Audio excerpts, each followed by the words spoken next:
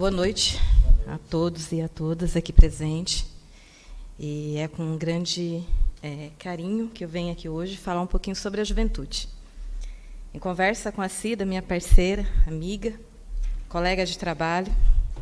E quando eu falo parceira é porque ela está junto comigo, né, junto com a Secretaria de Assistência, no trabalho com a juventude no município. E quando ela falou sobre a lei, né, a legislação sobre a Semana da Juventude em Nova Andradina, eu falei assim, pensando o que falar. Então, eu falei assim, eu vou mostrar um pouquinho de dados para vocês, para todos, para a gente começar a pensar sobre a juventude de Nova Andradina. A gente pensa a partir do momento, assim, quando a gente fala da juventude, a gente pensa em futuro.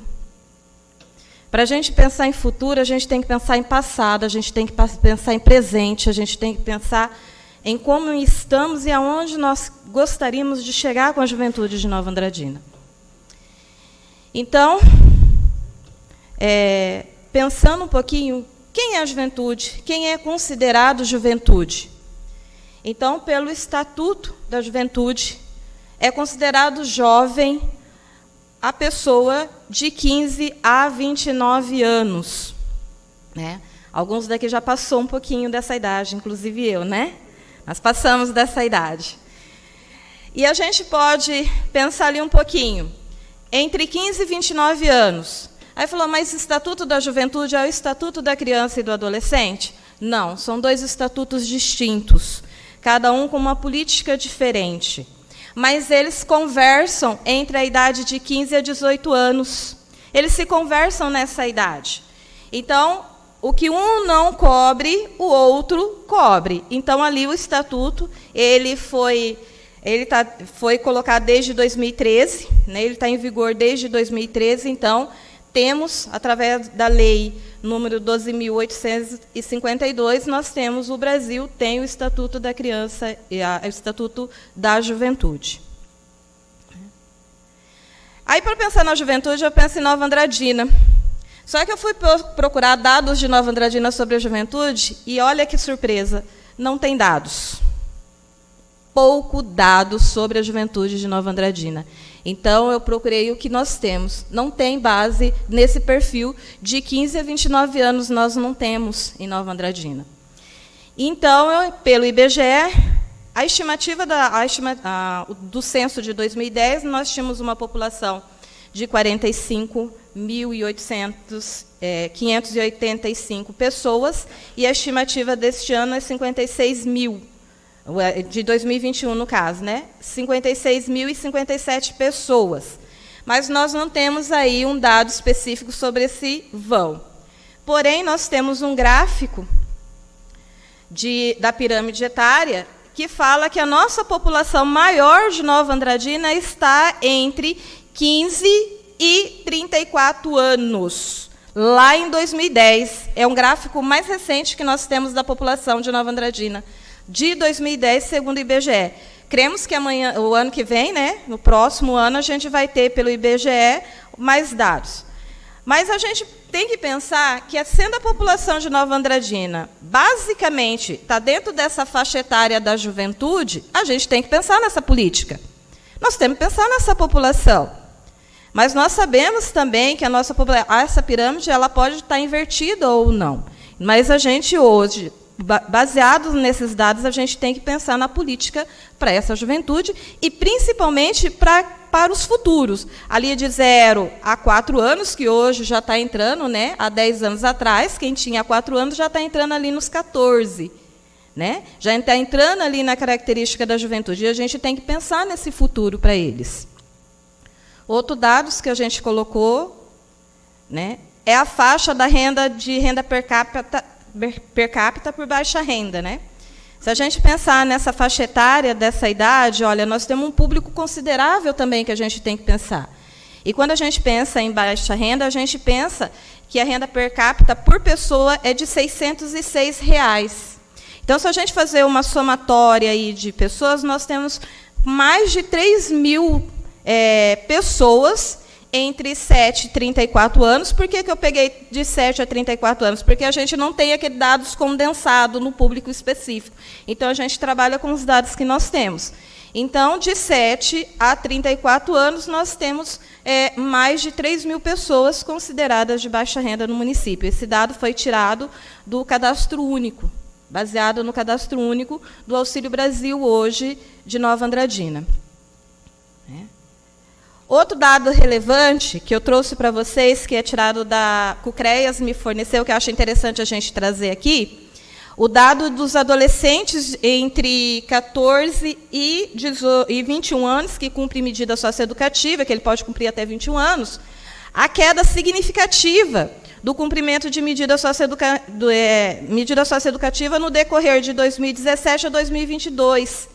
Então, com base nas políticas públicas que estão ocorrendo no município, houve uma queda significativa em relação a esse público. Isso me chamou bastante atenção, também trago para vocês, para a gente estar pensando. Quando a gente pensa na medida socioeducativa, a gente pensa no público vulnerável. Então, a gente pensando nisso, isso é um dado relevante, bem bacana, que nós temos tanto o gráfico masculino como o gráfico feminino. E o feminino houve uma queda muito maior do que o masculino, mas bem significativo também. Sim. Aí a gente vai falar um pouquinho sobre a política vinculada às CENSIAS, que é a política de assistência social do município. Quem que é hoje a política que nós temos? Nós temos o Conselho Municipal da Juventude, ao qual eu estou presidente, atualmente estou presidente ainda. Estou para ir em vias de passar a cadeira de presidência do Conselho, e o Centro Municipal da Juventude, que ele é vinculado à proteção social básica dentro das CENSIAS.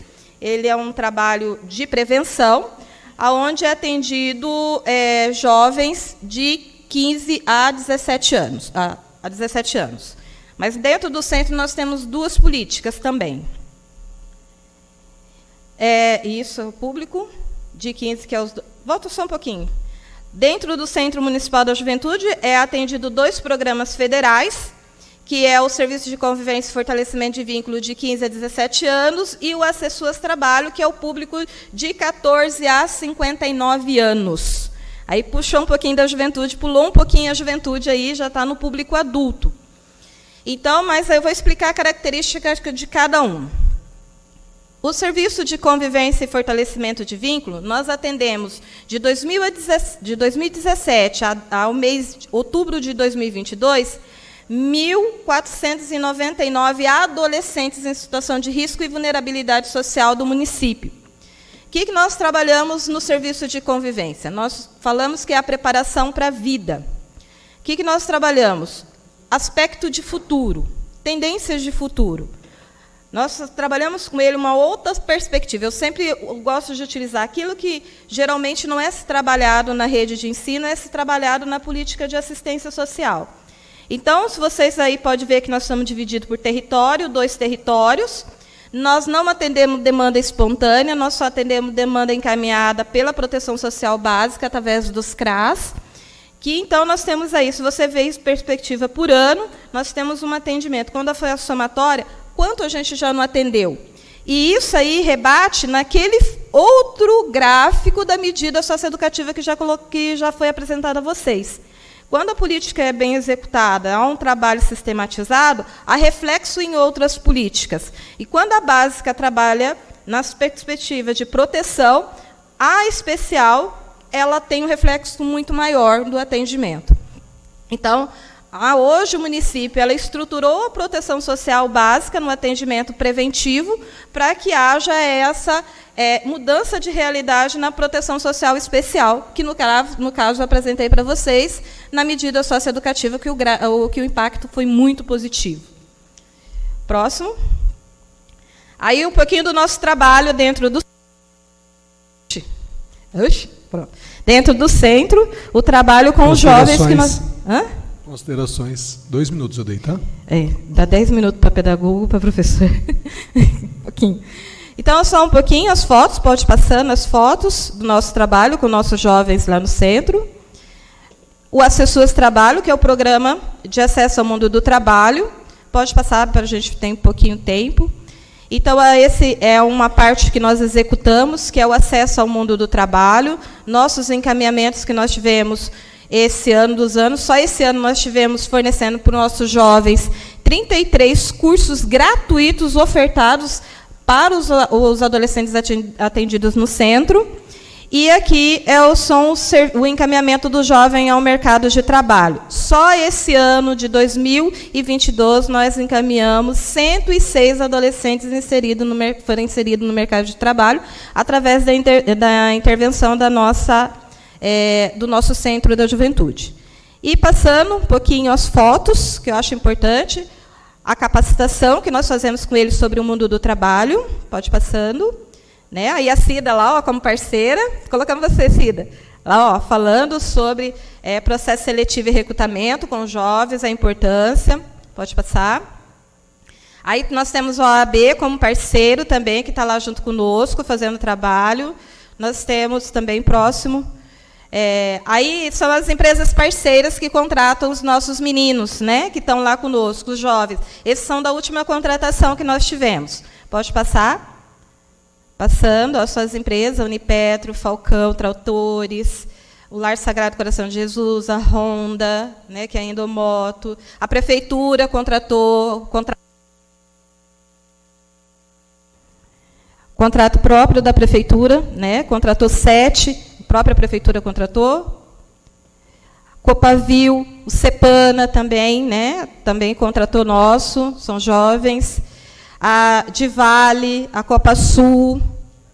Né? Hoje nós temos a Santa Helena, a primeira turma da Santa Helena com 40 jovens, a segunda turma com 39 jovens contratados também, são parceiras nossas. Então, assim, gente, o trabalho, a partir do momento que você investe na juventude, a gente colhe resultados muito positivos. Então, eu agradeço a essa casa por dar essa abertura à juventude e pensar na juventude. Investir na juventude é investir no futuro de Nova Andradina. Obrigada.